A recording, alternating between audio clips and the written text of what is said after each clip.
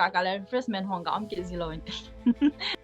ki vana thei hong hi na dinga hi pat na pe na hoi tan ki support tu la ka ti hoi tan Filmfare Award ho ta bong hong ki pito thai ji han naw mi ka thanu na ding hong hon ga ti ball ji han nang le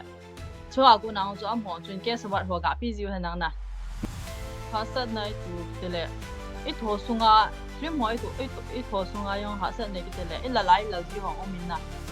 kakala refreshment hong ga am ki zilo inte na so ta bong hong aban le ha sat nai yong atamit cinema ho ho ga am han nang ba te la chua ku na chu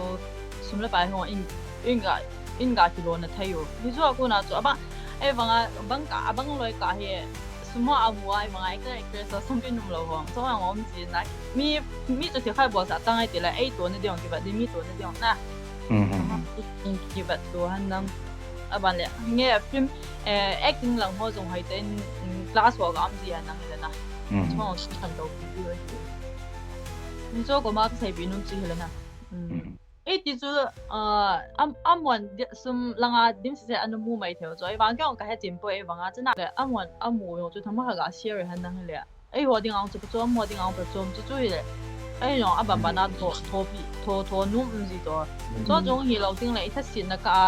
an ti ka le ta num ji te lo na ji a chu ka sai nu chu sum mu ho yong thama khat mi ai ho yong pat liu ai lo le tham I bowling ham phat ki da ma ki ball ji ta bang a hin na ki gyal do ji le ka ti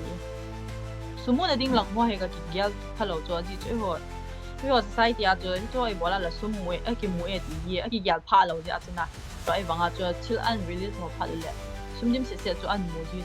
an mu ke ji to a mu ji ting le mi a share mu ji lo ti tham Hingga share ju share ai wang tu sang khat sang ni ho ko chu ni chi to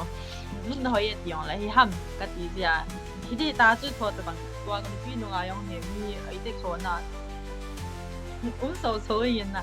ai wang a cho chu kan to na ta ma ga la ki znai hi ta ai bo la to chu ki sai da so chu thap na ta bong na cho kai ding a thap na ta bong ha zo ki I ding a ki lu da chi chu ta chu to na ta ba ki dai pi ja ta chu min index sai index so yong num ka sa ki ji lo na ga ki le sa ding hong ki si ham kai ka ki gyal ki jin tin chi ja ko ka tek sai ba nga chu I ti sai da to na lang hwa ka le hai do ja ta ki tek pi ji